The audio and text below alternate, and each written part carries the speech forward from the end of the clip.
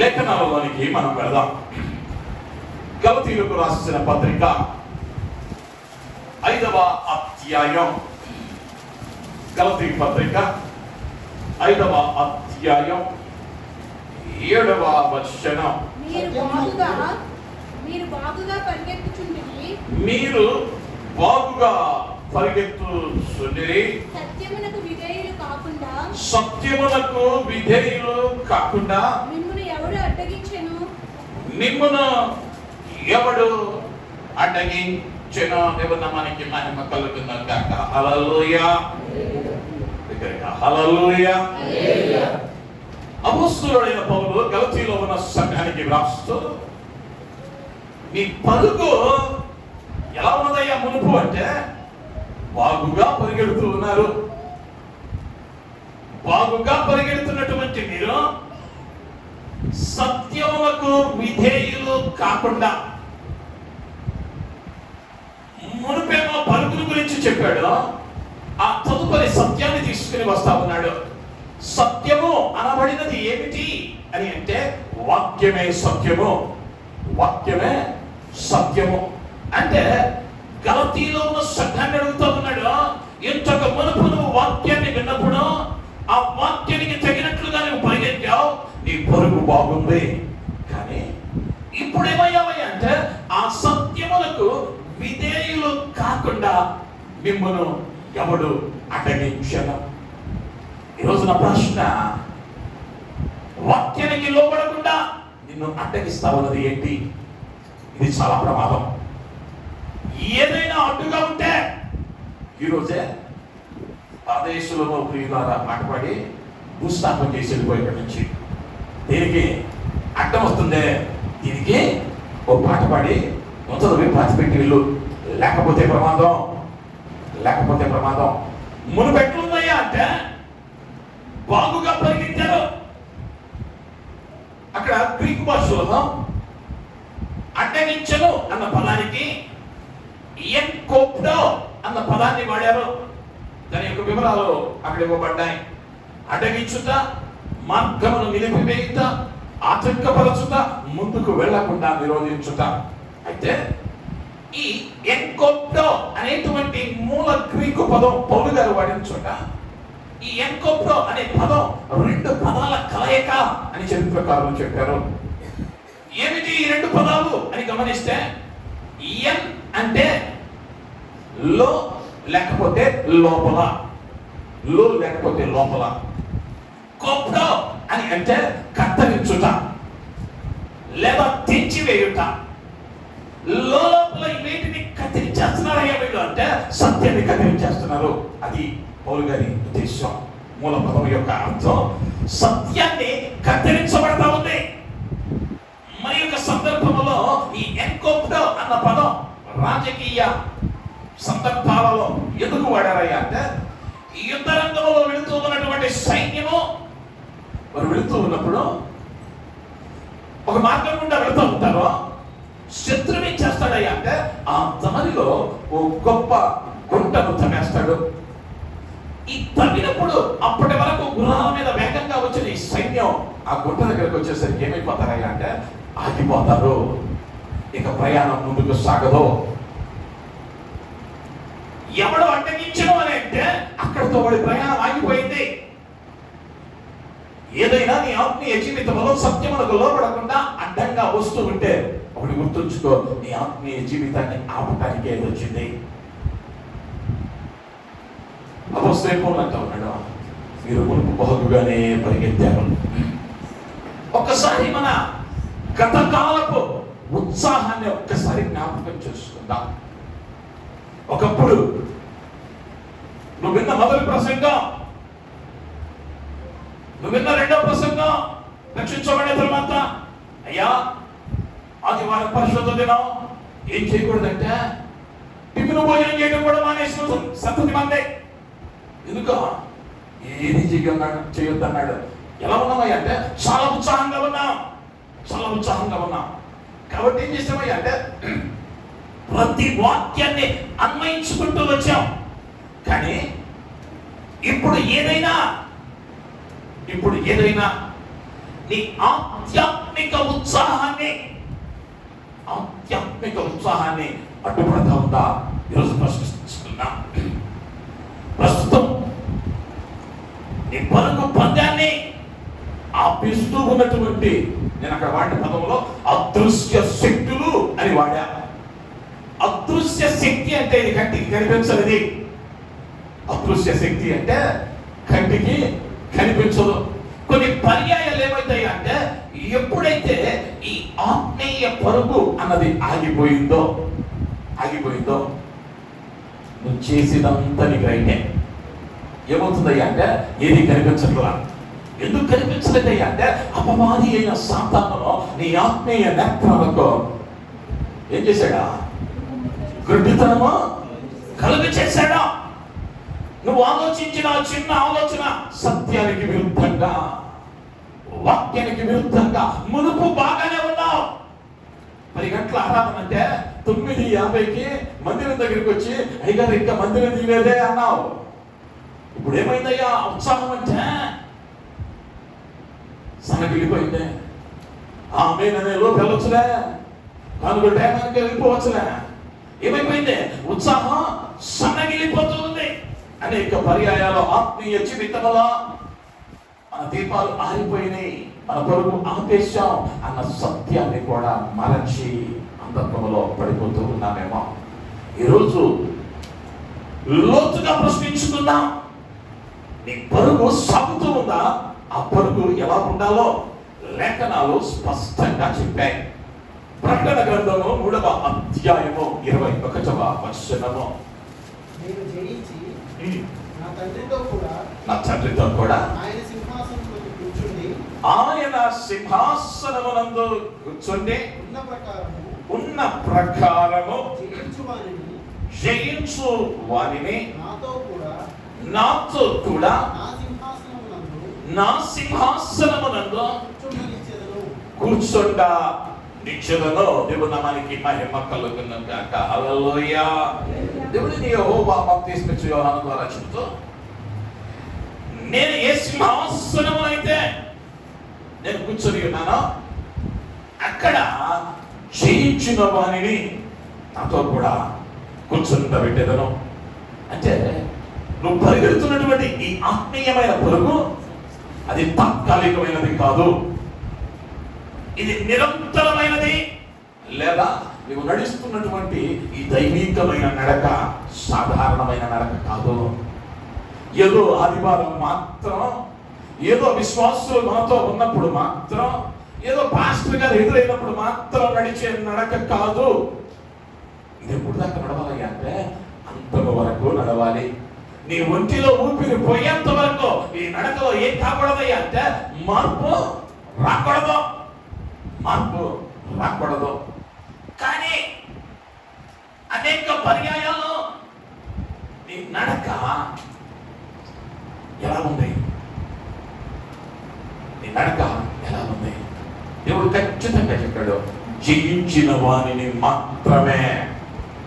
పరుగు ప్రారంభించిన ప్రతి వాడిని కాదు, యేసు దేవుడిని అంగీకరించిన ప్రతి వాడిని కాదు, లేదా మందిరానికి వచ్చిన ప్రతి వాడిని కాదు, జయించిన వాడిని సింహాసనము ఎదుట కూర్చుండా నిచ్చుదము.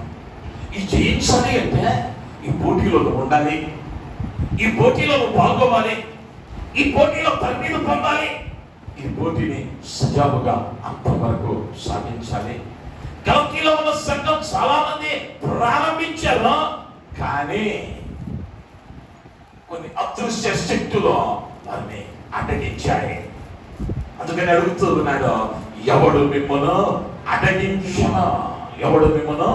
అడ్డగించను? ఆ తదుపరి వచనాన్ని చదివితే 1 కొరింథీయులకు రాసిన పత్రిక 9వ అధ్యాయం, మరియు పందెమందు పోరాడు ప్రతివాడు అన్ని విషయములయందు మితముగా ఉండును.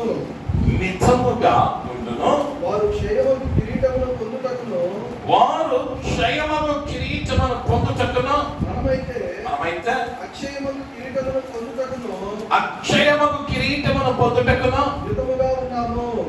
మితముగా ఉన్నాను. దేవుడు మనకి మహిమ కలుగును గాక. హల్లెలూయా. అక్కడ అన్నాడు, పందెమందు పోరాడు ప్రతివాడు కొన్ని విషయాలలో మితముగా ఉండును. ఎట్లున్నా అన్ని విషయాలలో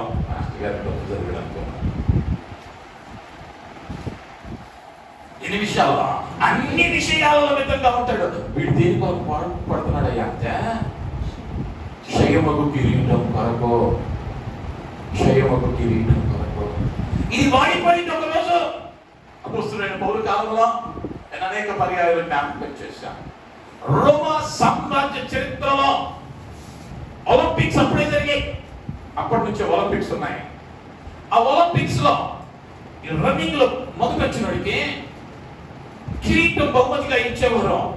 ఆ కిరీటం దేంతో చేశారయ్యా అంటే ఒలీవల కొమ్మతో చేశారు. ఆ ఒలీవల కొమ్మ ఏమయ్యేదయ్యా అంటే 4 రోజులు అయితే ఎండిపోయింది. పెట్టేటప్పుడు మంచిగా ఉంటది. ఇంటికి తీసుకెళ్ళిన తర్వాత వారానికి ఎండిపోయింది, 4 రోజులకి ఇరిగిపోయింది. ఇది ఏమన్నాడయ్యా అంటే వాడు క్షయమైన దాని కొరకే ఎలా ఉన్నాడయ్యా అంటే అన్ని విషయాలలో మితముగా ఉన్నాడు. ఓ అథ్లెట్నో, ఓ జిమ్కి వెళ్ళబడినాం, ఓ డైట్ ప్లాన్ పాటిస్తున్నాడు. ఇక్కడ సూర్య కానీ ఈ అహ్మదులు కానీ ఓ మంచి స్వీట్ తీసుకొచ్చి ఇవ్వండి. వీళ్ళేమంటారా, ఎందుకు తినేదే కదా, నేనేం విషయం పెట్టాను, ఇంకో తినేదే కానీ ఎందుకో అదేం చేసింది అంటే నీ ప్రస్తుత ఆరోగ్యాన్ని అది పాడు చేసింది, లేదా అది ఆటంకంగా మారింది. శరీర ఆరోగ్యం పొందడానికి ఏం చేసావయ్యా అంటే ఆహార పద్ధతులను మార్చుకున్నాం. ఏమంటాడు అంటే నువ్వు ఇది పెట్టలేదన్నావు. దీనికి ఈ దేహం దృఢంగా ఉండడానికి. ఈ మధ్య చాలా మంది మన మందిరంలో బయలుదేరారు. టీ అంటే చాలా అట్ట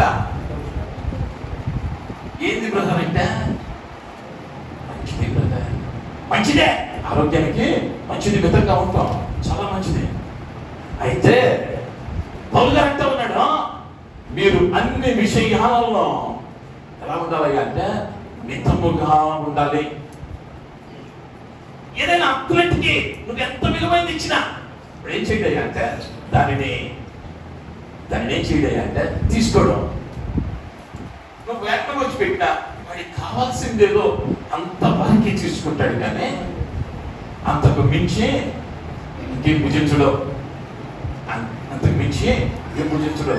ఎందుకయ్యా అంటే వాని ఆశ, వాని గమ్యం ఏంటయ్యా అంటే నేను చాలా ఏళ్ళు దృఢంగా ఉండాలి.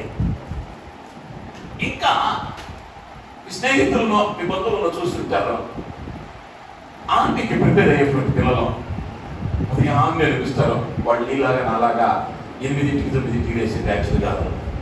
వాళ్ళు ఎట్లా ఎక్కుతారయ్యా అంటే తెల్లారుజాము 4ంటికి లేచి ఎవడో లేకపోతుందో మంచు పడతా ఉంటే ఆ మంచులో ఓ 5-6 కిలోమీటర్లు వేగంగా పరిగెడతాడు. ఎందుకుగా ఎండ చిన్నగా పరిగెత్తవచ్చుగా అంటే కాదా, ఇప్పుడు ప్రాక్టీస్ చేస్తే ఆ పెట్టబోయే 5 కిలోమీటర్ల పరుగులో అలసిపోకుండా ముందుకు పరిగెత్తా. ఏమైందయ్యా అంటే ఆ సంవత్సరంలో 2 సంవత్సరాలు వీళ్ళు తరబిది ఎలా ఉంటుందయ్యా అంటే బహు కఠినంగా ఉంటుంది. కొన్ని తినడం, కొన్ని పనులు చేయడం, కొన్ని చోట్లకు వెళ్ళడం. ఎందుకో ఆ ఉద్యోగాన్ని పొందడానికి. ఇవన్నీ క్షయమైనవి, కొద్ది కాలంలో పోతాయి. కానీ అక్కడ అన్నాడు మనమైతే అక్షయమగు అంటే ఇది క్షయం కాదు, అక్షయమైనది, నిత్యము నిలిచి ఉండేది.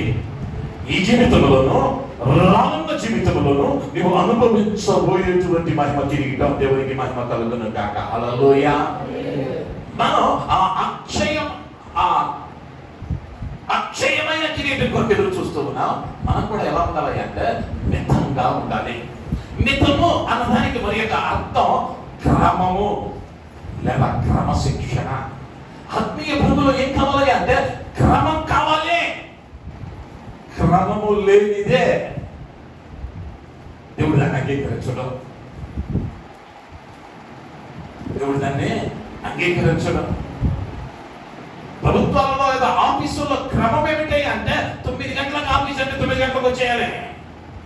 9:30కు వస్తే ఏమంటాడయ్యా అంటే ఆబ్సెంట్ అవునంటారా కాదంటారా? లేదయ్యా నేను సాయంత్రం 4ంటికి వెళ్ళా మా ఆఫీస్ వాళ్ళు ఏమంటారు అని వాళ్ళు ఎవరన్నా లేదు. అది ఆఫీసులో ఉన్న క్రమం. దేవుళ్ళో కూడా కొన్ని క్రమాలు పెట్టాడు. ఆ క్రమాలను వేచేయాలి అంటే క్రమముగా పాటించాలంతే. కానీ కొన్ని పర్యాయాలు ఈ క్రమాలు మనకు భారమైపోయి మనకిష్టమైన క్రమమే క్రమం అనుకుని అంటే పడతా ఉన్నామేమో. ప్రమాదపు అంచున నిలవబడి ఉన్నావు. అర్థం కావట్లా. ఓ మహా గొప్ప వేదన నీ దగ్గరకు రాకముందే ఆ అడ్డును జయించి నువ్వేమవ్వాలయ్యా అంటే ముందుకు సాగలే. సత్యము నీతో మాట్లాడింది. అడ్డు ఏది అడ్డుపడుతూ ఉందో ప్రశ్నించుకుంటూ ఉన్నావు. క్రమము లేదేమో నీ భక్తిలో. క్రమము అంటే ఈరోజు ఉదయం 6ంటికి టిఫిన్ చేసావు, రేపు 7ంటికి చేసావు, రేపు 8ంటికి చేసావు, ఎల్లుండి 10ంటికి చేసావు. ఇది క్రమమైన పద్ధత? మరి ఎలా చేయాలి?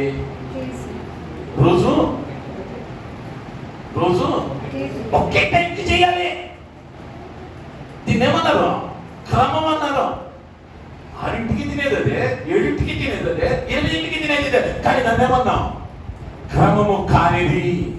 మరి నీ భక్తి, నీ ప్రార్థన క్రమంగా ఉందా? అసలు ఒక్కంలో ఇప్పుడు తింటే రేపు బయటికి వెళ్ళిపోయేదానికి క్రమం అక్రమం వేరు పెట్టారే. నిన్ను పరలోకానికి నడిపించేదానికి క్రమం వద్దా? ఇదే కమలే. ఖచ్చితమైన క్రమమైన భక్తి అవసరం. దీనిలో మార్పు లేదు. ఎందుకంటే నా ప్రభువు క్రమమునకు కర్త. నా ప్రభువు క్రమానికి కర్త. నీ ఇష్టం వచ్చినప్పుడు వచ్చేది కాదు మందిరం. నీ ఇష్టం వచ్చినప్పుడు చేరేది కాదు బైబిల్. దేవుళ్ళకి వచ్చినాక పరుగు ప్రారంభించినాక ఈ పరుగులో ఏం చేయకూడదయ్యా అంటే అటు ఇటు చూడకూడదు. పరిగెత్తాలి. అటు ఇటు చూసావా ప్రమాదం. అటు ఇటు చూస్తే ప్రమాదం. అక్కడ అంటాడు వారు ఎట్లా ఉంటారయ్యా అంటే మితంగా ఉంటారు. ఆ తదుపరి మీరు ఉద్దేశం అంతా ఏంటయ్యా అంటే 3వ అధ్యాయం ఫిలిప్పీయులకు రాసిన పత్రికలో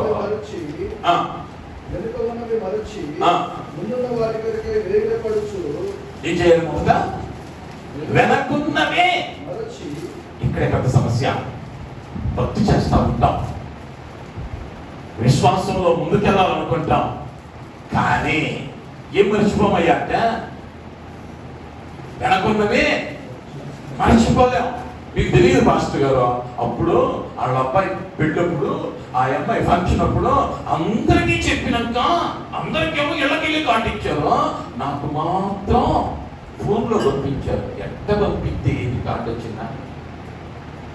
వెళ్ళాలంటే ఎల్లు, లేకపోతే లేదు. ఈ సంగతినే ఈ పిల్ల ఫంక్షన్ అయింది ఎప్పుడయ్యా అంటే 12 ఏళ్ల వయసులో. ఎప్పుడు జ్ఞాపకం చేసింది అయ్యా అంటే పెళ్ళప్పుడు 28 ఏళ్ళకి, అంటే 16 ఏళ్ల తర్వాత గుర్తొచ్చింది. ఏం మర్చిపోవాలా? విశ్వాసే. అప్పుడు ఎప్పుడో అన్న మాట గుర్తొచ్చింది, కానీ వ్యర్థమైన మాట, అనవసరమైన మాట. ఇదేం చేసింది అంటే నీ ఆత్మీయమైన పరుగులో నిన్ను ముందుకు వెళ్ళకుండా అడ్డుపడతా. అందుకని ఏం చెప్పాడు అంటే వెనకున్నవి మరచి ముందున్న వాటి కొరకై వేగిరపడుచు. వేగిరం అంటే త్వరపడుచు. ఎలా పరిగెత్తాలి అంటే త్వరపడుచు పరిగెత్తాలి. అరే పరిగెత్తాంలే, ఎల్లుండి పరిగెత్తాంలే, కుదరదో. ఎలా పరిగెత్తాలి అంటే త్వరపడి. దేని కొరకు పరిగెత్తాలి అంటే బహుమానం కొరకు. ఆయన ఇవ్వబోయే బహుమానం కొరకు. ఈ పరుగు పందెం, ఆత్మీయ పరుగు పందెం బాప్తిస్మం తీసుకున్న ప్రతోడు లేదా బైబిల్ పట్టుకున్న ప్రజోళ్ళ పరలోకమైనటువంటి గురి దగ్గరికి చేరదు. జ్ఞాపకం చేసుకోవాలి. బయలుదేరిన ప్రతివాడు వెళ్ళడు. కొందరే పెడతారు, కొందరే పెడతారు. ఆ కొందరిలో నువ్వు ఉన్నావా? అడ్డగించబడ్డావా? ఈరోజు నీ పరిస్థితి ఏంటి? ఒక్కసారి ప్రశ్నించుకోవలసిన అవసరం ఉన్నది. నేను ఇంతకుముందే చెప్పాను, కొన్ని అదృశ్యమైన కార్యాలు నిన్ను అడ్డుపరుస్తూ ఉన్నాయేమో. ఆ అదృశ్య శత్రువు ఆటంకాలు ఎలా ఉంటాయో క్లుప్తంగా మనం జ్ఞాపకం చేసుకుంటే, మన భక్తి జీవితంలో ముందుకు సాగుతూ ఉన్నప్పుడు మనం ఆపాలని లేదా మనల్ని వెనక నుంచి లాగాలని అపవాది ఏం చేస్తాడయ్యా అంటే, నిందలు, కష్టాలు, లేదా భయంకరమైన పరిస్థితులు, లేదా వాళ్ళు అట్టన్నారు, ఆయన అట్టన్నాడు కాబట్టి నేను ఇట్ట చేస్తా. సహజంగా మన భారతీయులకున్న లక్షణం ఏంటయ్యా అంటే, ఏది వద్దంటారో దాని మీదే ఆసక్తి ఎక్కువ. సహజంగా మానవులకున్నటువంటి నైజమే. మనం అమ్మం చూడొచ్చు. ఎవడు అన్నాడు, అన్ని తినమ్మా, ఈడకు మాత్రం వెళ్ళొద్దు అంటే, అమ్మమ్మ ఎడ తెలిగిందయ్యా అంటే ఆడ గెలిచి వస్తుంది. అసలు వెళ్ళొద్దంటే చూసేదాకెందుకు నీకు? వెళ్ళొద్దు, దాన్ని వద్దు అన్నాడు. అదే ఎందుకు వద్దు అన్నాడు? ఫాస్ట్ గా ఎందుకు చెప్పాడు? ఏమనుకున్నాడో? ఏం చెప్తున్నామయ్యా అంటే, మన ముందు మనమే ఏం చెప్తున్నామయ్యా అంటే, గొప్ప అగాధాన్ని తవ్వుకొని ఈ ఆత్మీయ పరుగు పందెములు ఆగిపోతా ఉన్నాం. వాళ్ళు ఆనందం వేశారు నా మీద. వీళ్ళు ఈ మాట అన్నారు, నేను ఎంత ప్రయాసపడతా ఉన్నానండి. ఈ మాట అనేశానండి మా అత్తగారండి, నేను ఉదయం లెగిస్తే చేస్తానే ఉంటానండి, కానీ అండి మా అత్తగారండి ఈ మాట అన్నారు. ఏమన్నారు? ఇందమ్మా ఆలస్యమైంది అన్నారు. అదేమన్నా నిన్ను వేసే మాట. ఈ మాటకి ఏం చేసామయ్యా అంటే, అనుకోని ఆలోచనలన్నీ ఆలోచించేసుకున్నాం లోపల. ఎక్కడ ఉంటుంది, ఎందుకని ఉంటుంది, ఏం లేదు, కూర్చొని ఏమి వెళ్ళాక పాస్టర్ గారికి ఏం తెలుసు మా బాధలో? పాస్టర్ గారికి ఏం తెలుసు మా బాధలో? మా బద్దెం తెలుసు ఆయనకి. ఈ చెప్పిందమ్మా వినాలా? అనుభవంలో అనేక మంది మనిషి ఏదైతే వద్దంటావా దానినే వైరాగ్యంగా చెప్తారా. ఎందుకంటే మనకు సర్వము తెలుసు. ఏమవుతున్నామయ్యా అంటే, మన జ్ఞానం మీద ఆధారపడి ఆ మాట అన్నాడు కాబట్టి మన పరిచర్యలో జరిగేది ఏంటయ్యా అంటే, ఎవరిన పొరపాటున ఎప్పుడు తొందరపడి అంత టెన్షన్లో వద్దాం. అంత టెన్షన్లో గబాల ఎవరైనా తప్పు చెప్తే ఇది తప్పు అనకూడదు, ఇది తప్పు అనకూడదు. ఒకవేళ ఈ మందు వరుసలో కూర్చున్నారు పాటలు పాడేవాళ్ళు, వీళ్ళు పాట సరిగ్గా పాడలేదు అనుకో, పాట సరిగ్గా పాడలేదు అనకూడదు. అన్నావా మొక్కలు ఏమవుతాయి అంటే, ఎండలో కానీ గంట తిప్పితే ఎట్టుంటుంది, అంత అయిపోతే ఏం ఇట్లా. నేను ఉదాహరణ కన్నా అన్నాయి అలా దీనికి మన లోతు గలపాకండి. నేను ఏమవుతుందా మునుపుట్లా ఉండరా? ఏం కదా మునుపుట్లా ఉండరా? ఎనభై తెలిసి వీళ్ళు ఎంత అందంగా పాడారో. అనుకుంటే ఒకళ్ళు పాడుతున్నారా, నలుగురు పాడుతున్నారా అర్థం కావాలి. నేను ఇందాక రాగానే అడిగే బయటికి పిలిచి ఆయన నాకు పొలు స్వరాలు పడుతున్నాయి, కొంచెం వెళ్ళి ట్యూన్ చేయండి ఆయన అని పిలిచాను. ఏం చెప్పకూడదా? అదే తెలుసా నాకు, అన్నీ తెలుసు. ఆయన చెబితేనా ఆయన ఇది క్రమం, ఆయన నేర్చుకో. ఇంకా సంఘంలో జరిగే పొరపాటు ఎప్పుడు తెలుసా? మాస్టర్ గారు కనుక ఇంత గద్దించాడంటే, గద్దిస్తే మీరేందో రుజువు చూపించేవుగా మా చేత మేము చూపిస్తాం. ఏం చేస్తాం? ఇచ్చేదంలో ఏం చేస్తాం? మా కత్తిరి మేము వేస్తాం. ఏం చెప్తున్నారు? చిన్న కాదు కాదు, పాత ఏదో అనుకుంటున్నాను, నాయనా ఈ క్రమం కాని పని నేను చేశాను. దైవజనుడు గద్దించాడు, వాక్యమే చెప్పిందయ్యా అంటే దైవజనుడి గద్దింపు తైలాభిషేకం అన్నాడు దావీదు. ఈరోజు ఏమవుతుందయ్యా అంటే సందర్భంలో చేయబెడతాం, మాస్టర్తో మాట్లాడడం, మందిరం మానేస్తాం. ఎవడకుంటాయి అతనేది పరిచర్యకు వ్యతిరేకంగా నువ్వు చేస్తున్నావు అనుకుంటున్నావేమా? ఇది దేవునిది, ఇది దేవునిది. ఆత్మీయ జీవితంలో ఏ అదృశ్య శక్తి ఇంకా ఏందయ్యా అంటే నేను ముందుగా చెప్పా, దుష్టుడు ఏం చేస్తాడయ్యా అంటే ఆత్మీయ నేత్రాలకి కుటుంబాన్ని తొలగిసేసి నేను చేస్తుంది వాక్యం చెప్పిందా నువ్వు చేస్తుంది కరెక్ట్ అని, నువ్వు చేస్తుంది కరెక్ట్ అనేది ఏం చెప్పాలి అంటే ఎక్కడున్నావు నీకు చెప్పకూడదు, నా వాక్యం చెప్పాలి. నా వాక్యం నువ్వు చెప్పింది సరి అంటే సరి, లేదంటే లేదు. దాన్ని మార్చగలిగిన వాడు భూమి మీద ఎవడనో లేడా. ఈ సత్యమైన వాక్యమునకు లోబడకుండా, అదే పోతున్నాడు, సత్యమునకు లోబడకుండా మిమ్మును అడ్డగించుచున్నవాడు ఎవడు? అతను ఒక ఆయన అన్నాడు, అయ్యా నాకెంత పనున్నా ఆదివారం మాత్రం మందిరాన్ని అన్నా, అది నా కమిట్మెంట్. బాప్తిస్మప్పుడు ప్రారంభంలో బాగుంది, రోజులు గడవగా కమిట్మెంట్ నిలబెట్టుకుంటున్నావా? ఏ అదృశ్య శక్తిని ఆపుతూ ఉన్నదా? అనేక పర్యాయాలు ఆత్మీయ జీవితంలో చిన్నదానిగా చూస్తా ఉన్నావు. విషయం ఎంత ఉంటుందయ్యా అంట లేక తాగక్కర్లా. విషయం ఎంత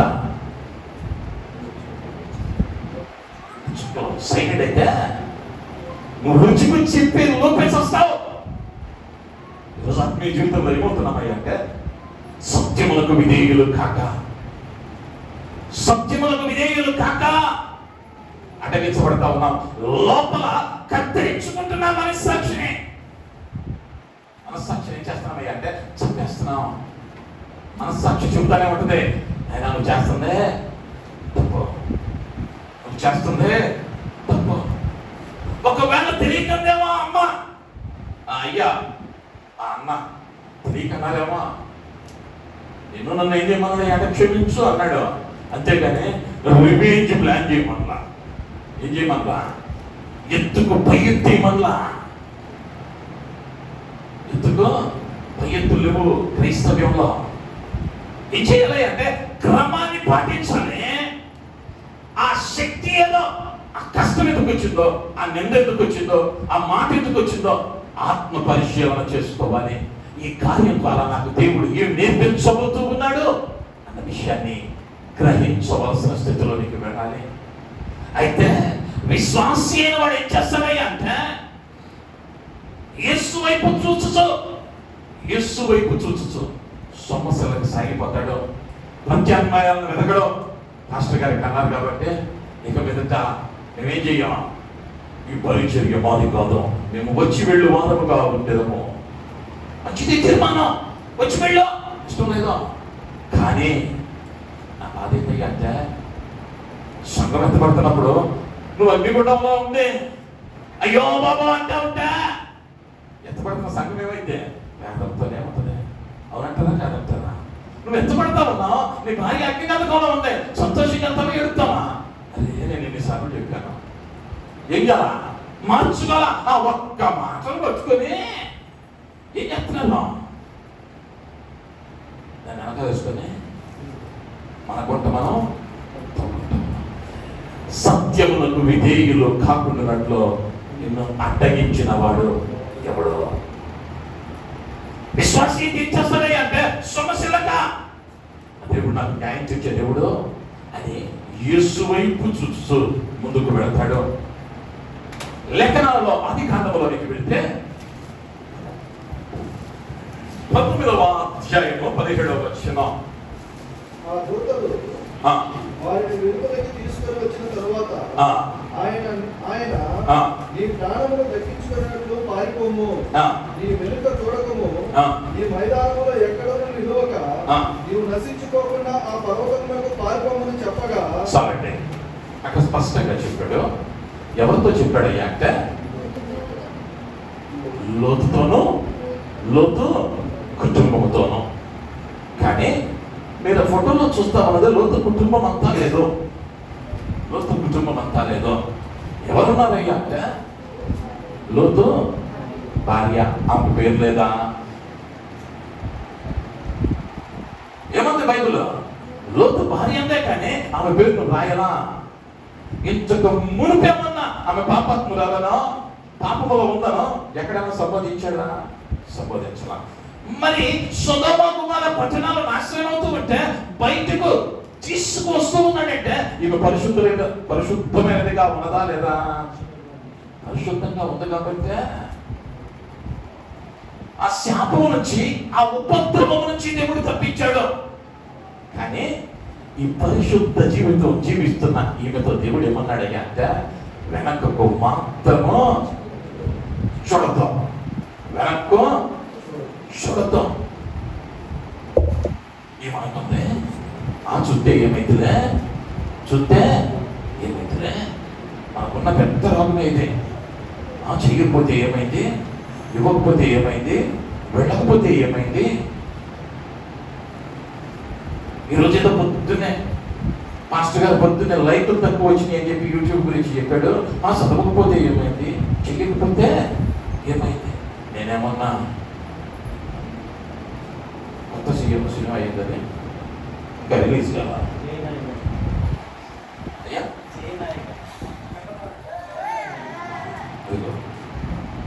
దేవుడు కూడా సరిగ్గా తెలుసుకోవాలి. దానికి కూడా ఒక అర్థం ఉండాలి. మంచిది. ఆ సినిమా ఏమన్నా చూసి రివ్యూ అయిపోతున్నా.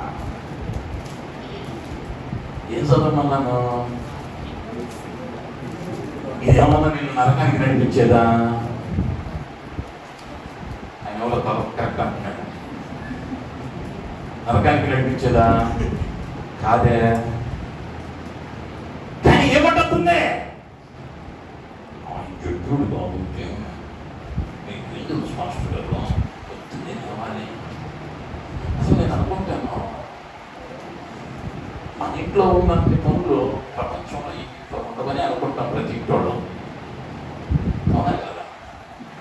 ఆడ 1000 మందికి వంట చేసేవాడు అరగంటలో చేసి అక్కడ పడేసి వెళ్తాడు.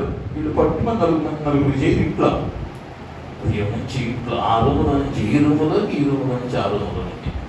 ఒక ఆయన అయితే ఉన్నాడు చర్చిలో, మందిరానికి 10:30 మందిరం 7ంటికి లేచి ఆ ఉన్న డేక్షాల కింద ఎత్తుంటాడు. ఎందుకో లెగమంటే ఏమన్నా అంటారేమోననే ఈ సముద్రులకు లెగవాలి మిగిలిన ఇంట్లో.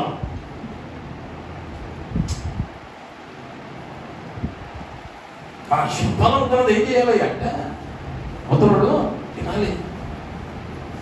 అనేక పర్యాయాల్లో వద్దన్న వాటి మీద ఉన్న ఆసక్తి చేయమన్న వాటి మీద ఉండదు. ఈరోజు కూడా దేవుడు సొదొమ గొమొర్రాని అగ్నితో కాల్చేస్తామన్నాడు, అగ్ని గంధకాలు కురిపిస్తామన్నాడు. ఎట్లాంటియో అవి చూద్దాం. మనం వెళ్ళొద్దులే, మనం వెళ్ళొద్దులే. లేకపోతే ఇంకో రకంగా అనుకుందామో మన ఆడవాళ్ళు అనుకున్నట్లు ఇంట్లో దాచిపెట్టిన బంగారం మళ్ళొచ్చి తీసుకునేటానికి వీలుగా పడుతుందా మంట? వీలు లేదా? మళ్ళొచ్చి తీసుకునే అవకాశం ఉందా లేదా? ఎంత ఉందో మంట తిరిగిందేమో. ఏమైందంటే ఏమైంది? ఉప్పు స్తంభం అయిపోయింది. ఈ ఉప్పు కూరలో వాడుకునేదైతే ఎవడో ఒకడు ఎత్తుకెళ్ళి ఉండేవాడు. ఈ పాటికి ఈ కూరలో కూడా పనికిరాని ఉప్పు ఈ రోజుకి స్తంభం కాడే ఉంది. ఇది చరిత్ర. నిష్ప్రయోజనమైన ఉప్పుగా మారిపోయింది. ఆ తర్వాత ఎక్కడ కూడా లోతు భార్య ప్రస్తావన రాలా బైబిల్లో.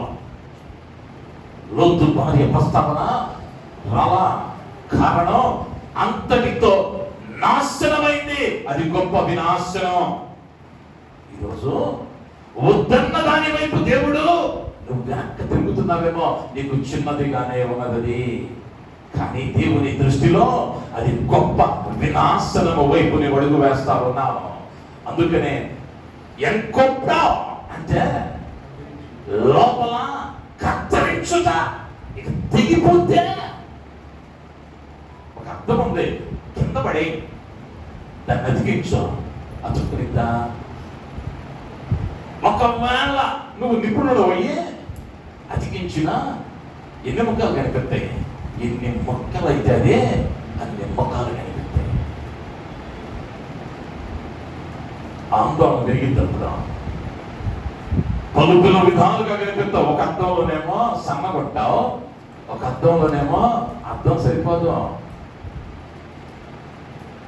ఉన్న మనిషిని ఎలా చూపించింది ఎగిరిపోయిందంటే వింత వింత రకాలుగా. కారణం తెగిపోయిన తర్వాత పునరుద్ధరించబడటం కష్టం. మాట్లాడటం సులువే, కానీ దిగిరాటం చాలా కష్టం. కొన్ని కుటుంబాలు వింటాం కదా, ఇది మాట్లాడవచ్చు కానీ బ్రదర్ రానిద్దారో లేదో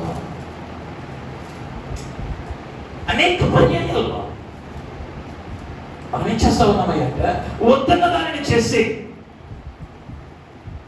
మనం అనేక పర్యాయాలు ఆత్మీయ మరణంలోనికి వెళ్ళిపోతా ఉన్నాం. దానికి చక్కని ఉదాహరణలు వస్తే దేవుడు వద్దన్నాడు, తిరగడానికి అవకాశం లేదు. దేవుడు ఏమన్నాడు అంటే నీపై నాయకులుగా ఉన్న వారికి లోబడమన్నాడు. అది చట్టం. లోపడకపోతే ఏమన్నాడు అంటే నాశనం. తెలుగు రాసిన పత్రికలో చక్కగా వివరిస్తాడు 10వ అధ్యాయం 35వ వచనం. గట్టిగా, నా ఎదుట నీతిమంతుడైన వాడు విశ్వాస మూలముగా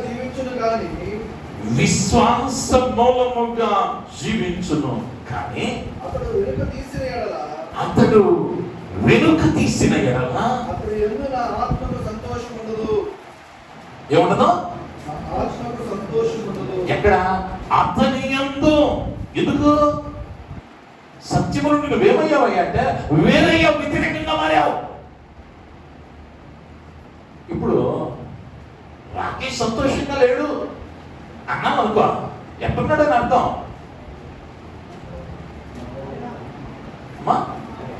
బాధలో ఉన్నాడని అర్థం. దేవుడు నిన్ను బట్టి సంతోషించడం లేదు అని అంటే నిన్ను బట్టి ఆయన ఏం చేస్తున్నాడు? వేదన పడుతున్నాడు. చాలా లోతైన మాటలు. ఆయన దగ్గర నేను చూసి బాధపడితే, అమ్మా అయ్యా ఈ పక్షంగా నిలవబడి నిన్ను కాపాడగలిగిన వాడు భూమి మీద ఎవడు లేడో.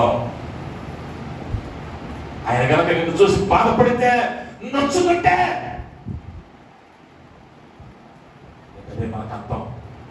అంతకన్నా గొప్ప శిక్ష ఈ లోకంలో మరి లేదు. ఏమన్నాడంటే నీవు సత్యమునకు విధేయులు కాకుండా విశ్వాసమూలముగా జీవించకుండా విను తిరిగిన ఎడల, వాక్యములో లేనిది భక్తునుకుని నువ్వు పాటిస్తూ ఫలానోళ్ళు పాటించాలని తప్పుడు ఉదాహరణలు పెట్టుకుని, లేదా ఈరోజు మొత్తం దేవుడు మాట్లాడాడండి, దేవుడు అండి వాక్యంలో లేని మాట్లాడండి. జాగ్రత్తగా గమనించండి. వాక్యంలో లేని దేవుడితో మాట్లాడడం, లేకపోతే నీకు కొత్త బైబిల్ రాయడం. ఈ మాటలు చెప్తే నొచ్చుకుంటాయి. అందుకని డిస్క్లైమర్ వేసేసా ఫస్ట్లోనే. దేవుడు నీకోసం కొత్త బైబిల్ రాయడు, జాగ్రత్త. వాక్యములో ముందుగానే రాసేసాడు, నీకేదో నాకేదో. దీనికి ఏమయ్యా అవ్వాలి అంటే ఈ చెయ్యమన్నవి కాక వేరొకటి చేయకూడదు. అక్కడ చక్కగా చెప్పాడు, వెనుక తీసిన ఎడల. వెనక తీసిన ఎడల అని ఎవరినంటామయ్యా అంటే నిన్ను దాకా చేశాడు, ఈరోజు ఏం చేశాడు? మానేశాడు. అసలు అలవాటు లేనివాడితో బాధ లేదు ఆయనకి. ఎవరితో బాధ అయ్యా అంటే నిన్నటి దాకా ప్రార్థన క్రమంగా వచ్చావు, నిన్నటి దాకా దైవజనుడు ఇక్కడ నిలవబడి ఫలానా అవసరం ఉంటే మందిరంలో అనగానే ప్రకటన అమ్మక ముందే నేనున్నానని చెప్పి నిలవబడ్డోడివి, నిన్నటి వరకు అన్నిటిలో ముందున్నోడివి. ఇప్పుడు ఏమయ్యావు? వెనక్కి తీసావు. కారణం ఏదైనా అవ్వచ్చు. దేవుడు ఏం చేయడం?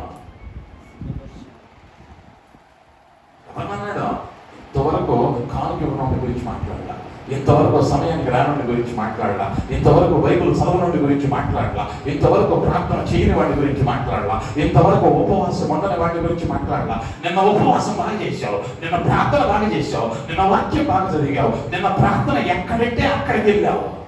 ఈరోజు వెనక తీసావా, వెనకడికి తీసావా? ఆ దేవుడు ఏం చేస్తున్నాడు? నిన్ను చూస్తే సంతోషించటం లేదు, దానికన్నా ఇలా అనుకుంటాం, నిన్ను చూసి ఆ దేవుడు వేదన పడుతున్నాడు. వేదన పడితే నీ కుటుంబంలో నెమ్మది ఉండదు. ఆయన వేదన పడితే నీ కుటుంబంలో ఆశీర్వాదం ఉండదు. సంపాదిస్తావు, కష్టపడతావు, చిన్న సంచిలో వేసినట్లుగా ఏమైందో అర్థం కాదు, ఏమైందో అర్థం కాదు. ఏం చేయకూడదన్నాడు అంటే వెను తిరగొద్దు అన్నాడు. చిన్న చిన్న కారణాలను అడ్డపెట్టుకొని, చిన్న చిన్న విషయాలను అడ్డు పెట్టుకొని, లేదా నీకు అనుకూలమైన వాక్యాలను అడ్డు పెట్టుకొని ఏం చేయకూడదయ్యా అంటే వెను తిరగా వద్దు అని అన్నాడు. కొత్త నిబంధనలో మరి ఒక వ్యక్తిని గురించి మనం చదువుతాం. ఫిలోమోను పత్రిక 1వ అధ్యాయం 24వ వచనం.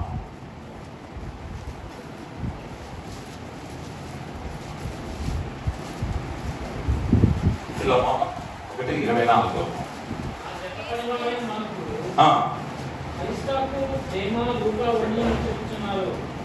దేమ లూకా వందనములు చెబుతున్నారు. అపోస్తలుడైన పౌలు ఫిలోమోనుకు రాస్తూ ఆ మొదటి పదం ఏమన్నాడంటే, నా చెత్త పనివారైనటువంటి ఈ నలుగురిలో మనకు ఎవరు అవసరమయ్యా ఇప్పుడంటే దేమా అవసరం.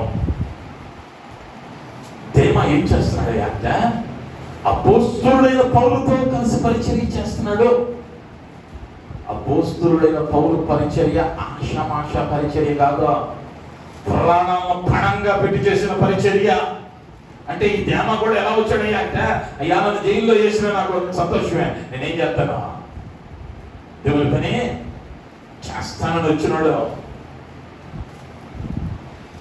ఆనాడు కుదురుగానే ఉన్నాడు, మంచిగానే ఉన్నాడు.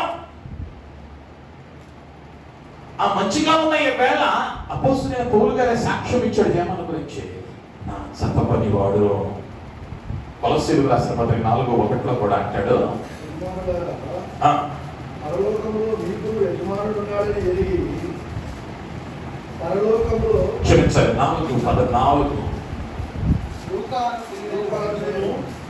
దేమాయు మీకు వందనములు చెప్పుచున్నారు. ప్రియుడైన వైద్యులను దేమాయు మీకు వందనాలు చెబుతూ ఉన్నారు. నేను వందనాలు చెప్పడం కాదు, నాతో పాటు ఉన్నారయ్యా నా తోటి వారు, నా సత్పని వారు, వీళ్ళు కూడా ఏం చేస్తున్నారయ్యా అంటే క్రీస్తు పని జరిగిస్తా ఉన్నారు. నా నమ్మకస్తులు ఎక్కడైనా ఓ పనికి మనం వెళ్తున్నాం, అక్కడికి వెళ్ళి నీకు 100 రూపాయలు రావాలనుకున్నాం, నీకు నమ్మకమైన వాడి పేరు సిఫార్సు చేస్తావా అక్కడ, లేకపోతే ఎవడో దారిని వెళ్తున్నాడు పేరు చెప్తావా?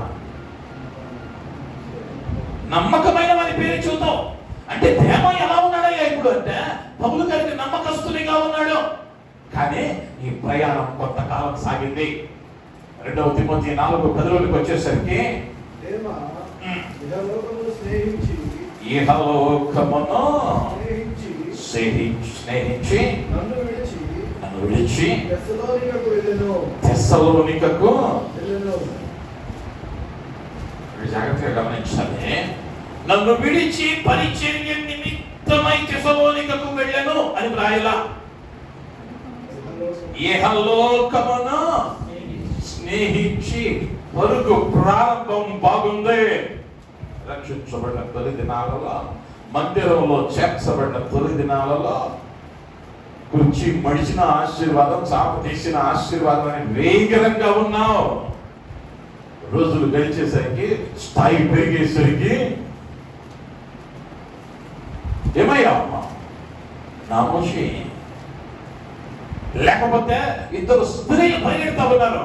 ఒక ఆమెమో ప్రపంచ అథ్లెట్, అత్యంత వేగంగా మనకు అర్థం అవ్వాలి అంటే ఓ అశ్విని నా చెప్ప, లేదా పిటి ఉష. అటువంటి వేగంతో పరిగెత్తగలిగినటువంటి 100 మీటర్ల పరుగు పందెం. ఆమె సాధారణ గృహిణి. వీళ్ళిద్దరికీ పరుగు పందెం. ఈ పీటీ విషయాలంటే అనుకుందే నేను మామూలుగా 8 సెకండ్లో 100 మీటర్లు దాటేస్తాను కాబట్టి ఇంత పెద్ద సమస్య లేదు నాకు. మనం కూడా అప్పుడప్పుడు వాళ్ళు ఇప్పుడు అవుతున్నారు. మన భక్తి ఎక్కడిదే. మనం ఎన్ని సంవత్సరాలు విశ్వాసం? 10 సంవత్సరాలు, 25 సంవత్సరాలు, నేను 50 సంవత్సరాలు అని ఏం చేద్దామయ్యా అంటే కొత్త కొంచెం తక్కువగానే అంచనా వేస్తాం. ఈ పీటీ విషయాలంటే ఆమె కూడా అలాగే అంచనా వేసి పరుగు ఆలస్యంగా ప్రారంభించింది. ఎదుట మీకు పరిగెడుతూ ఉండగా ఆలోచన వచ్చింది. ఏదయ్యా ఆలోచన అంటే ఆమెకు 2 చక్కని బంగారు గాజులు, వాటికి ఏం పొదిగి ఉన్నాయి అంటే విలువైన వజ్రాలు పొదిగి ఉన్నాయి. కొంచెం దూరం వెళ్ళినట్టు ఏం చేసిందయ్యా అంటే ఒక గాజు తీసి వెనకొస్తున్నామా ముందు విసిరింది. వెనకొస్తున్నామా ముందు విసిరింది. విసిరేసరికి వెనకొస్తున్నాం ఏం చేసిందయ్యా అంటే ఏం చేసింది? సాధారణంగా నువ్వైనా నేనైనా వంగి తీసుకుంటాం. తీసుకుంది. ఈలోపు ఈ మొదట ఏం చేసింది అంటే దాదాపుగా ఆ గురి దగ్గరికి వెళ్ళిపోయింది. ఇంకో 10 మీటర్లు ఉంటే వెళ్ళిపోయింది. లేచి చూసేసరికి వెనక్కి తిరిగి చూసేసరికి ఇవి దగ్గరికి వచ్చేస్తుంది. ఇంకా లాభం లేదనుకుంది. ఈ 2వ గాజు కూడా తీసేసింది. ఈ వెనకొచ్చిన వేగంగా వచ్చి ఆ 2వ గాజు తీసుకునేసరికి ముందు గేటు దాటేసింది. ఇప్పుడు ఎవరు గెలిచారు? ఈమెకు సామర్థ్యం ఉంది. కానీ ఈమె ఆలోచించింది అంటే తాత్కాలికంగా దారిలో దొరుకుతామని ఆలోచించింది. ఈరోజు క్రైస్తవులు కూడా అలానే ఉన్నాం. నిత్యరాజ్యం అనేటువంటి గురి దగ్గరకు, బహుమానం దగ్గరకు పరిగెత్తే ప్రయత్నంలా ఒక్క పూట కూటి కొరకు జస్ట్ మమ్ముకున్నటువంటి ఏశావు వలె ఏం చేస్తున్నామయ్యా అంటే ఏహలోక ఆశీర్వాదాల వైపు చూస్తూ, ఏహలోక దీవెనల వైపు చూస్తూ దేవుని నిర్లక్ష్యం చేసేస్తా ఉన్నాం. వెనకకు మరులుతూ ఉన్నాం. వెనకకు మరులుతూ ఉన్నాం. గొప్ప గొప్ప వ్యాఖ్యానాలు అక్కర్లా. పెద్దోడు ఒకటే చెప్పారు, మనసుంటే మార్గం ఉంటది దేనికైనా. ఇక్కడ ఏందయ్యా సమస్య అంటే మనసే లేదు మనకి. ముఖ్యమైనది లోకంలో 10 మందిలో మనం అంటుండాలి. కొంతమంది మనస్తత్వాలు మీరు గమనిస్తూ ఉంటే వీళ్ళు చెప్పింది కనుక ఒప్పుకోపోతే ఆ నిలబడడం. వీళ్ళు చెప్పింది రైట్, వీళ్ళు చేసిందే కరెక్ట్. డబ్బాలను ఎవరన్నా అంటే స్నేహితుల మధ్య అడుస్తూ ఒప్పుకోడు. ఒకటి గట్టిగా నమ్మవుతాడు, లేదా అక్కడి నుంచి వెళ్ళిపోతాడు. ఎందుకయ్యా అంటే తన దృష్టిలో తాను నిపుణత కలిగిన వాడు. కానీ మందిరంలో ఏమన్నాడయ్యా అంటే, సంఘాన్ని ఏమన్నాడయ్యా అంటే ఇక్కడ నిపుణులు అజ్ఞానులు లేరు, అందరూ సమానులమై ఉన్నాం. ఇక్కడ ఏం కావాలయ్యా? ఎలా ఉండాలయ్యా పరుగు అంటే ఒకరినప్పుడు పురికొల్పుకొనొచ్చు, ఒకరినప్పుడు పురికొల్పుకొనొచ్చు. కలిసి పరిగెత్తాలి పరుగు. ఆత్మీయమైన పరుగు. లోకాకర్షణ వైపు వెళ్ళొద్దు. క్రైస్తవ కుటుంబాల్లో ఉన్న పెద్ద ఇదేంటయ్యా అంటే ఏమంటే పలానా బ్రదరు, పలానా రాకేష్ మొన్నే వ్యాగనర్ కొన్నాడు, నువ్వు ఇంకా ఆల్టోనేనా? మనకన్నా చేతం తక్కువ రాకేష్కి. కానీ ఏం కొన్నాడు? వ్యాగనర్ కొన్నాడు. ఆయన కన్నా నీకు జీవితం ఎక్కువగా మన ప్రెస్టేజ్ అవుతుంది. అవునా కదా? ఉన్నాయా లేవా? వాళ్ళు ఇల్లు కొనుక్కున్నారు, మనం ఎప్పుడు కొనుక్కునేది అనుకుంటున్నామా లేదా? వీడినేమంది బైబుల్? అసూయ. నీకు అవసరాన్ని బట్టి కొనుక్కోట్లా. ఊళ్ళో ఉండగా ఒక ఇల్లు ఏంటి వాళ్ళు కొన్నారు. రాకేష్ కొత్తపాటు తీశాడు, రాకేష్ లాంటి చేశాడు, అహ్మద్ కొత్త వైపు అన్నాడు. నేనేం చెయ్యాలి? అప్పు చేసినా అప్పటికే కట్టాల్సిన ఈఎంఐలు ఇన్నుంటాయి. మళ్ళీ ఇంట్లో పోరైంది ఉన్నాయా లేవా? యథార్థం మాట్లాడకుండా ఉన్నాయా లేవా? కారణం వీటి వైపు చూస్తున్నామయ్యా అంటే మళ్ళీ ఇది ఇక్కడ కాదు. రాకేష్ బాబు 10:30కి వెళ్తున్నాడు మందిరానికి, మనం లేట్కి వెళ్తున్నాం. ఏడకు రారు. అసలు షర్ట్ వేసుకున్నప్పుడు 10:30 వచ్చి కూర్చుంటున్నాడు. మన ఆరోగ్యం బాగుంది కదా, మనం వెళ్దాం. ఇది అనుకో. ఏంది ఈ మంచిగా నాకు మంచి యుద్ధం, కనపడిన యుద్ధం. మాకేం కావాలి? కంటికి కనిపించే 65 ఇంచెస్ టీవీ, లగ్జరీ కారు, 3 పడకల గది, ఇల్లు. వీటికి మాత్రం ఇంట్లో పోరు పెడుతున్నావే.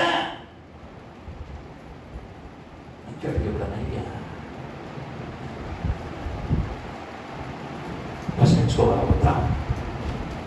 వాటి మీద, లోకములో ఉన్న వాటి మీద ఉన్న ఆసక్తి రాజ్యములో ఉన్న వాటి మీద ఉందా?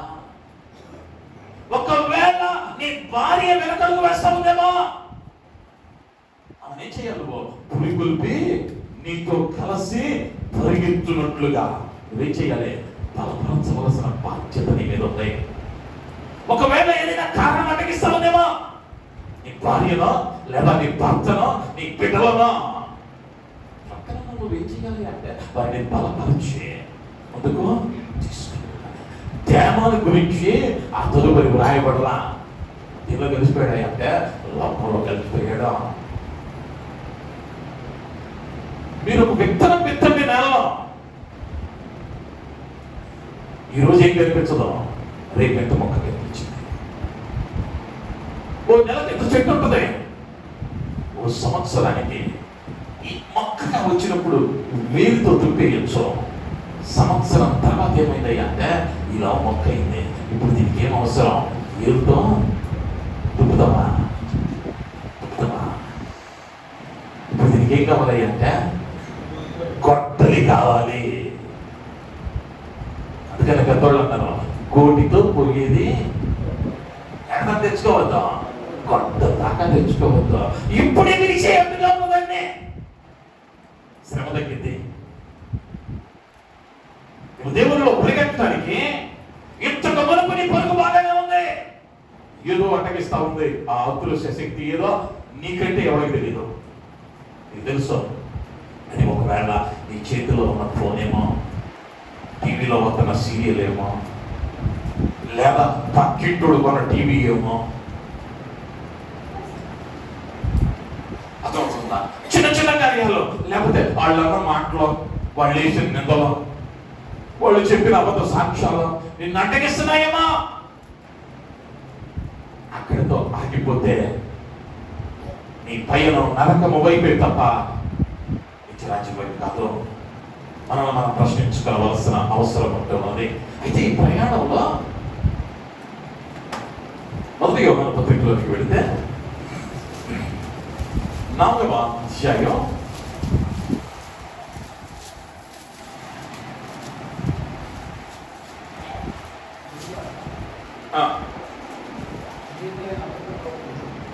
అనేకులైన అబద్ధ ప్రవక్తలు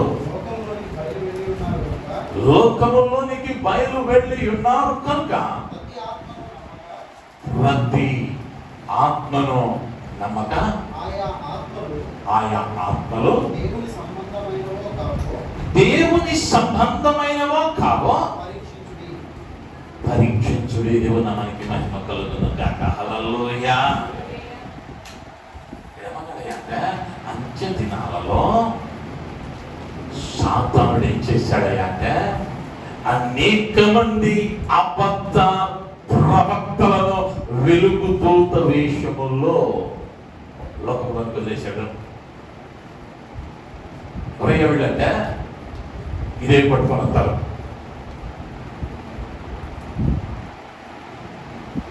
సేవకులే, విశ్వాసులే. అక్కడ ఇంకా చక్కగా చెప్పాడు, ప్రవక్తలు, అబద్ధ ప్రవక్తలు. వీళ్ళు ఏం అనుకూలమైన బాధ, అనుకూలమైన బాధ. వీటికి ఉన్న డిమాండ్ ప్రపంచంలో మరి ఒకటి లేదు. వీటికి ఉన్న డిమాండ్ పరిచర్యలు ఏం చేయాలి అంటే ఏదన్నా ఒక డ్రామా క్రియేట్ చేయాలి, లేకపోతే ఓ షార్ట్ ఫిల్మ్ తీయాలి. అప్పుడు కానీ వార్తల్లో రావు, అప్పుడు కానీ పాపులారిటీ పెరగదు. మొక్కల అనుభవాలు లేవు. ఇక్కడికి అంచనాలే. అంచనాలు వేసి చేసే పని కాదు. దేవునికి మహిమ కలుగును గాక. హల్లెలూయా. పరిచర్య అన్నది నీ అంచనాలను బట్టి చేసేది కాదు, ప్రభువు నడిపించేది. అక్కడ అన్నాడు, అబద్ధ ప్రవక్తలు అనేకులు వస్తారు, అయితే నువ్వు ఎలా ఉండాలయ్యా అంటే వాళ్ళని ఏం చేస్తారయ్యా అంటే మోసం చేస్తారు. వాళ్ళు నిన్ను మోసం చేస్తారు. ఫోన్ చేసిన ప్రతి మాస్టర్కి, కన్నీరు గార్చిన ప్రతి మాస్టర్కి తిరిగిపోతే కష్టమే. కరోనా కాలంలో నేను చూసిన అద్భుతాలు నేను కాదు. ఫోన్ వస్తుంది, అయ్యా నేను పలానా గ్రామంలో సేవకుడిని, మంచిదయ్యా, ఏంటి పరిస్థితి ఎలా ఉన్నారు? అస్సలు బాగలేదయ్యా, తినడానికి ఇంట్లో భోజనం కూడా లేదు, పిల్లవాడికి ఫీజు కట్టాలి, పిల్లవాడికి ఫీజు కట్టాలి. సరేనయ్యా, ఏ ఊరు చూస్తారు, ఎక్కడ చూస్తారు? నేను అంటాను అప్పుడు నాకు కొంచెం మీరు ఏదనుకున్నా నా మటుకు నేను అంటాను, నాకు చాలా ఇష్టం ఎక్కువే. నేను పద్ధతులు కొన్ని క్రమాలను పాటిస్తాను. నేను అన్నాను, నేను అడ్రస్ ఇచ్చావు కదా, మీ ఊరు పక్కలోనే మా విశ్వాసం ఉన్నాడు, నీకు కావలసిన సరుకులు మీ బిడ్డ ఫీజు నేనేం చేస్తున్నాను ఆయన చేత పంపిస్తాను అని అన్నా. అంటే బ్రదర్ వద్దొద్దు, కరోనా వచ్చేసిందేమో. అయ్యా మీ ఇంట్లోకి రాంటే బయట పెట్టాను, ఇంటి పెట్టి నీకు ఫోన్ చేశాను. వద్దు బ్రదర్, మేము ప్రస్తుతం ఇంటి దగ్గర లేము. ముందేంటి ఇంట్లోకి ఇస్తానని నేను ముందుకు వచ్చి ఇప్పుడు ఎక్కడ లేదా, ఇప్పుడు ఏం చేయమంటారు? ఆన్లైన్లో కొట్టండి. ఎక్కడ కొట్టాలి? ఈరోజు నాటకాలకు ఉన్న విలువ న్యాయానికి లేదు. అదేమో మనకు రావట్లా. దేవునికి మహిమ కలుగును గాక. హల్లెలూయా. నన్ను గమనిస్తూ ఉంటుంది. కాకపోతే కనుక పిల్లలైనా పెద్దలైనా ప్రేమిస్తే కడుపారా పెడతాం. చాలా మంది తెలుసు. అనేక పర్యాయాల్లో ఏది మంచిదో ఎన్న కథకల్లా మార్పు తీయకూడదు. ఆ టేస్ట్ పాపం చాలా మంది ఎడుతున్నారు ఈరోజు ఆంధ్రాలో. తెగొట్టారు, మన కోసం నిలబడ్డాడు, మన కోసం నిలబడ్డాడు. నిలబడి మొత్తాన్ని వచ్చి ఈనాడికి వెళ్ళాడయ్యా అంటే వింటా ఉన్నారు వార్తలు. మీకోసమే ఇల్లుకి వచ్చా, మీకోసమే వస్తువులు వచ్చా. అనేక వేదనకరమైన స్థితులను చూస్తా ఉన్నాం. ఏది సరి అయినదో జాగ్రత్త. ఎలాంటి కోతలు ఉన్నాయి లోకంలో అంటే నువ్వు ఎట్టయినా చెయ్యి. దశభాగం మాకు పంపిస్తే అదే ప్రసంగం ఆ చర్చిలో చేయమన్న పాస్టర్నే. నువ్వు ఏమైనా ఉండి దశభాగం నాకు పంపి అన్న ప్రసంగం వాళ్ళ చర్చిలో చేయమన్నా నీ ఫోన్లో మాత్రమే ఉంటాడు ప్రసంగం. ఎందుకంటే 7 10 11 పంపిస్తారేమో, వచ్చే రూపాయి 10 రూపాయలు నష్టం అవుతుంది. ఇది ఎగిరు. ఫోన్లో ఓ ప్రసంగం, మందిరంలో ఓ ప్రసంగం, ఏది సరైనది? జీవితంలోనేమో ఆ ప్రసంగం కనిపించదులా. జాగ్రత్త. ఏమన్నాడు అంటే ప్రతి ఆత్మను నమ్మక ఆయా ఆత్మలు దేవుని సంబంధమైనవో కావో పరీక్షించుకోండి. నేను రాశాను, దేవుని వాక్యమనే గీటురాయితో ఖచ్చితంగా పరీక్షించండి. నువ్వు ఇది కూడా శ్రమని నేను ఎప్పుడు చెబుతా. ప్రతి స్కూలే. కానీ ఈరోజు నీ పిల్లల్ని ఒకరోజు క్రైస్తవుడికి, ఒకరోజు చైతన్యానికి, ఒకరోజు వేదాంతాకి, ఇంకేమున్నాయి నారాయణ, ఒకరోజు ఒక స్కూల్కి పంపించవచ్చుగా. ఏమ్మా స్కూలే కదా, ఎందుకు పంపి ఇట్లా? మన బిడ్డ దగ్గరికి వచ్చేసరికి ఏమైంది, చదువు పాడైపోయింది. ఆడొక నెల ఏడొక నెల అయితే చదువు పాడైపోయింది. భక్తి మాత్రం ఏం చేయొచ్చు, ఏడొక పూట ఆడొక పూట అంటే 4 ఏళ్ల పిల్ల మీద ఉన్న ధ్యాస ఏమి లేదయ్యా అంటే నీ ఆత్మ మీద లేదు. ఏమి లేదయ్యా ఇక్కడంటే భయం లేదు. చదువుడి బాధలో చాలా జాగ్రత్తగా ఉండాలి. నేను ఎప్పుడు చెప్తాను, ఈమె దేవుడు వాక్యంలో స్పష్టంగా చెప్పాడు. సాధారణ ఏం చేస్తాడయ్యా అంటే ఏర్పరచబడిన వారిని సైతము మోసం చేస్తాడు. నీకన్నా నాకన్నా బహు తెలివి కలిగినాడు. నాకు తెలియదేమో వాక్యం, నాకన్నా వాడికి ఎక్కువ తెలుసు. నేను ఒప్పుకుంటాను. అంటే వాడు ఆది కాండములో ఆ అనే పదం నుంచి ప్రకటన గ్రంథంలో ఆమేన్ అనే పదం వరకు, ఆ నుంచి ఆమేన్ వరకు అంతా ఎరిగిన వాడు. నాకు మహా తెలిస్తే దానిలో 1% తెలుసు. నాకన్నా 100 రెట్లు వాడేవాడు తెలివి కలిగినవాడు. నన్ను సులభంగా మోసం చేయగలడు. ఎవరిని? ఏర్పరచబడిన వారిని సైతము.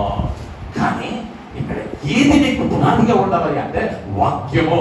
నేను అందుకనే ప్రతి పర్యాయం జ్ఞాపకం చేసేది, నువ్వు ఏ భక్తి అయినా చెయ్యి, అది వాక్యానుసారమైనదా కాదా? నువ్వు పాటిస్తున్న ఆచారం వాక్యానుసారమైనదా కాదా? నువ్వు చేస్తున్న పద్ధతులు వాక్యానుసారమైనదా కాదా?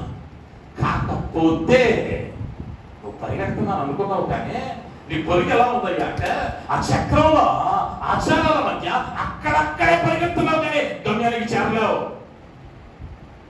నువ్వు అనుకుంటున్నావు భక్తిలో ఉన్నానని, నువ్వు అనుకుంటున్నావు ప్రార్థన చేస్తున్నానని, నువ్వు అనుకుంటున్నావు కానుకలు ఇచ్చి నేను సేవకు సహకరిస్తున్నానని, కానీ అక్కడే తిరిగేస్తున్నావు ఆచార భక్తిలో.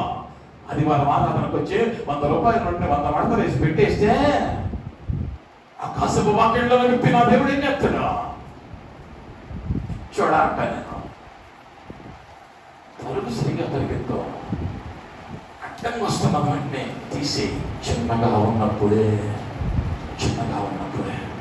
ఇక్కడ ఏం కావాలి అంటే ఎన్ని శోధనలు వస్తా ఉన్నా, ఎన్ని నిందలు వస్తా ఉన్నా, ఎన్ని అవమానాలు వస్తా ఉన్నా, ఎన్ని అడ్డంకులు వస్తా ఉన్నా, నీ మనస్సు ఎలా ఉండాలి అంటే స్థిరమైన మనస్సు అయ్యుంటే క్రీస్తు మీదే ఆధారపడి నువ్వేం కావాలి అంటే ముందుకు సాగాలి. నాకు సమయం లేదు కాబట్టి నేను ముందుకు వెళ్తా ఉన్నా. యెషయా గ్రంథంలో 30వ అధ్యాయం 21వ వచనంలో, యెషయా గ్రంథం 30:21, మీరు కుడి తట్టు ఎడమ తట్టు అయినను తిరిగినను ఇదే త్రోవ దీనిలో నడువుడి అని నీ వెనుక నుండి ఒక శబ్దము నీ చెవులకు వినబడును. నీ వెనక నుండి ఒక శబ్దము నీ చెవులకు వినబడును. ఈరోజు నీ ముందు నుంచి ఒక శబ్దం నీకు వినబడుతుంది. ఆ రోజు యెషయా గారికి వెనక నుండి ఒక శబ్దం వినపడింది. గుడికి ఎడమకు తిరిగిన దినానా నువ్వు నడవవలసిన త్రోవ ఇదే అని ఓ శబ్దం వినబడింది. ఈరోజు అదే శబ్దం నువ్వు వింటా ఉన్నావు. ఇదయ్యా త్రోవ అని అంటే మొదటిగా ప్రభువు స్వరాన్ని వెంటో నేర్చుకోవాలి. ప్రభువు స్వరం ఏంటయ్యా అంటే వాక్యము. ఆయన నీతో నా కుమారుడా సునందు లే, నేను నీతో మాట్లాడాలి అని అనడు. ఎవరైనా చెప్పారు అంటే వానికన్నా అబద్ధాల అవార్డులు ఇస్తే ఆస్కార్లు వాళ్ళకే ఇవ్వాలి. నేను అంటాను ఇలా మాట్లాడు ఆయన, నా కుమారుడా సునందు నేను నీతో మాట్లాడాలి, కాసేపు లేచి కూర్చుంటావా? ఈ మాటల వల్ల ఏమవుతుంది అంటే అంగిలో దేవుని నామం దూషింపబడతా ఉంది. దేవుడు ఎలా మాట్లాడుతున్నాయి అంటే ఆయన వాక్యము ఆది యందు వాక్యముడెను, వాక్యము దేవుని యందు ఉండెను, వాక్యము దేవుడే ఉండెను. ఆ దేవుడు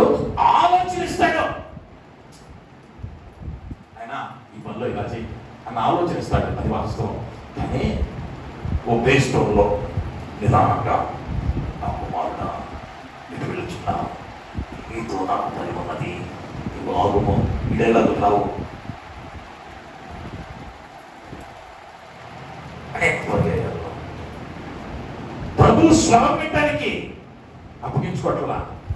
మనకు అనిపించిన దానికల్లా ప్రభు స్వరాన్ని అడ్డు పెట్టేస్తాం. ప్రభు స్వరము అన్నాడంటే అది వాక్యానుసారమై ఉన్నది, అది దేవుని వాక్యము. అందుకే ఏం కావాలి అంటే దేవుని స్వరాన్ని వినాలి. విన్నప్పుడు ఏమన్నాడు అంటే మీరు వినువారు మాత్రమై ఉండగా దాని ప్రకారం వింటే సరిపోలా, విని నడుచుకోవాలి. అంత మాత్రమే కాదు, యేసు అన్నాడు ఆరోహణమై వెళుతూ మిమ్మల్ని ఒంటరిగా నేను విడిచిపెట్టేవట్లా, ఆదరణకర్తలు మీకు తోడుగా పరిశుద్ధాత్మని తోడు అవసరం. పరిశుద్ధాత్మని తోడు అవసరం. దేవుని మాట వినేమని అనుకుంటే పరిశుద్ధాత్ముడు నీతో ఉండి నువ్వు యేసు వైపు చూస్తూ నీ నడక సాగిస్తే ఇదే త్రోవ, ఇంకో త్రోవ లేదు. పరలోకానికి వెళ్ళాలన్న ఆశ ఉందా? నీ త్రోవ ఏదై ఉండాలయ్యా అంటే యేసు స్వరము విని అడ్డుపడుతూ ఉన్న వాటిని అధిరోహించి లేదా దాటి పంపబడినవి తిరిగి పునరుద్ధరించబడి ఏ మాట ఏ కార్యమో నీ పొరుగును ఆటంకపరిచి అడ్డుపరిచిందే వాటి సంఖ్యలను తెప్పి వేసుకుని యేసు వైపు చూస్తూ నడవవలసిన అవసరం ఉంటూ ఉన్నది. నేను ఒక మాటను జ్ఞాపకం చేసి ముగిస్తాను. 2 తిమోతి పత్రిక 4వ అధ్యాయం 7వ వచనం. మంచి పోరాటము పోరాడితిని, నా పరుగు కడముట్టించుటిని, విశ్వాసము కాపాడుకుంటుని. చాలండి. 3 విషయాలు ఖచ్చితంగా చెబుతూ ఉన్నాడు. ఏం చేశారయ్యానంటే మంచి పోరాటమా, నా పరుగు కడముట్టించుటిని, విశ్వాసమును కాపాడుకుంటుని. ఈరోజు నువ్వు ఆ సాక్ష్యం చెప్పగలవా? సాక్ష్యం చెప్పగలిగిన స్థితిలోనే ఉన్నావా? ప్రశ్నించుకోవలసిన వారు. ఒకవేళ లేకపోతే ఎవరు మాట్లాడుతూ ఉన్నాడు? ఈ ప్రయాణం కష్టమే, ఈ ప్రయాణంలో వేదమే, బాధలు ఉంటాయి, నిందలు ఉంటాయి, అవమానాలు ఉంటాయి, తృణీకరించబడతాం. అయినను పరుగు ఆపడానికి వీల్లేదాం. పరుగు ఆపటం మాత్రమే కాదు, వెనం తిరగవద్దు. ఆపి ఎదురు చేస్తున్న దాన్ని ఆపేస్తే ప్రమాదం. ఆపేసేవా ప్రమాదం. రోజు అనేక మందిని వార్త వేయబడిన మనస్సాక్షులు కలిగి సత్యమునకు విరోధముగా ఆ క్రియలు ఉన్నాయేమో. వాక్యమే ఆధారం. అబద్ధ బోధనం నీకు అనుకూలంగా మలుచుకోవద్దాం. సత్యవంతుడైన దేవుని ముందు పెట్టుకుని ఆయన స్వరాన్ని వింటూ పరిశుద్ధాత్మను నడిపిస్తూ ఉన్నట్లుగా నేను ముందుకు నడవగలిగితే ఆయన నిన్ను చక్కని మార్గంలో నేను నడిపించి నీవును అపోస్తులైన పౌలు వలె మంచి పోరాటం పోరాడితేనే నా పరుగు కడగొట్టించుదని విశ్వాసమును కాపాడుకుంటుంది సాక్ష్యం చెప్పగలం. అపోస్తులైన పౌలు గారు చిన్న ప్రయాణం కాదు, గొప్ప అధికారి. కొట్టబడ్డాడు, చెరసాల్లో వేయబడ్డాడు, నిందలు వేయబడ్డాయి, మరణము వరకు వెళ్ళి వచ్చాడు. కానీ ధైర్యంగా చెప్తా ఉన్నాడు, నా విశ్వాసాన్ని కాపాడుకున్నాడు. మీ అప్ప అన్న చిన్న మాట కోసం బాబాని బాగొట్టుకోమన్నాడు. నీ పైన అధికారం అన్న చిన్న మాట కోసం బాబాని బాగొట్టుకోమన్నాడు. లేకపోతే నీ భర్త అన్న చిన్న మాట, నీ స్నేహితుడు అన్న చిన్న మాట, నీ కాపురు అన్న చిన్న మాట పరలోకాన్ని పోగొట్టుకోమాకు. ఇక్కడేం కావాలి అంటే వెనకకు తిరగక, ప్రతీకార చర్యలు చేయక, దానికి లోబడుతూ ఓపికతో పరిగెత్తాలి. పరిగెడితే ఏమన్నాడయ్యా అంటే మహిమ కిరీటం. ఈ కిరీటం కావాలి అంటే నువ్వేం చెయ్యాలయ్యా అంటే ప్రకటన గ్రంథం 2వ అధ్యాయం 10వ వచనంలో ఇదిగో మీరు సోదరుని పట్టుకున్నట్టు అపవాది మీలో కొందరిని చెరలో వేయకపోవచ్చున్నాడు. ఆ. 10 దినములు శ్రమ కలుగును. ఆ. మరణము వరకు నమ్మకంగా ఉండుము. ఎలా ఉండాలి? మరణము వరకు నమ్మకంగా ఉండవు. నేను నీకు జీవ కిరీటం ఇచ్చేదను. ఎప్పుడయ్యా జీవ కిరీటం అంటే? మరణము వరకు నమ్మకంగా ఉండవు. ఈ మధ్యలో ఎక్కడైనా నమ్మకాన్ని కోల్పోతున్నావేమో. దేవుని ఎదుట నీ నమ్మకత్వాన్ని కోల్పోతూ ఉన్నావేమో. జనులు మెచ్చుకోవటం లేదని, నీకు ప్రాముఖ్యత ఇవ్వటం లేదని, నిన్ను గుర్తించటం లేదని నువ్వు దూరం అయిపోతున్నావేమో. ఇంతకాలం చేశానో నా ప్రార్థన ఆలకించబడలేదని నిరుత్సాహపడిపోతూ ఉన్నావేమో. నీ పనులు ఆపుతూ ఉన్నావేమో.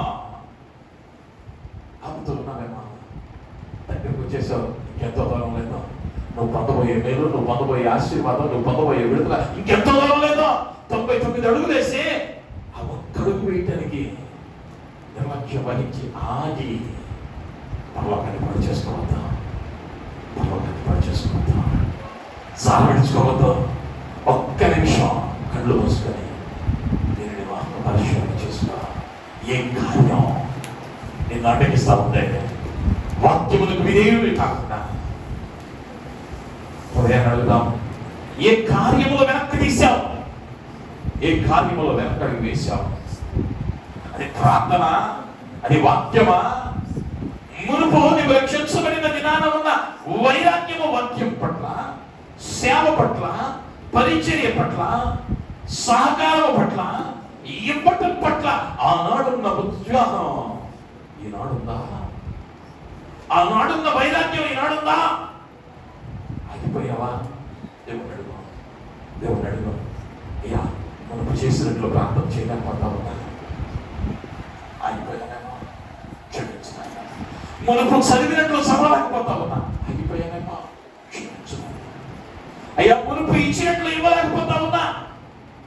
క్షమించు. అయ్యా, తిరిగి నన్ను పనులు తెలుసండి. అయ్యా, ముందు పాల్గొనేటట్లు నీ పనులు పాల్గొనలేకపోతా ఉన్నానేమా. అయ్యా, క్షమించు నాయన. అయ్యా, క్షమించు నాయన. పాల్గొనేటువంటి ప్రోగ్రామ్ అయ్యా, దుర్దినములు మా జీవితాల్లోనికి రాకపోతే మా పరుగు తిరిగి ప్రారంభించడానికి నాయన వెనకున్నవి మరచి ముందున్న వాటి కొరకై వేగినముగా పరిగెత్తడానికి కృపనివ్వమని నీ కృపలో మా ప్రతి ఒక్కరిని నాయన మహిమ కిరీటము వైపు మమ్మల్ని నడిపించమని, నీవు మాత్రమే మహిమ పొందమని యేసు నామములో అడుగుతున్నాను తండ్రి. ఆమేన్.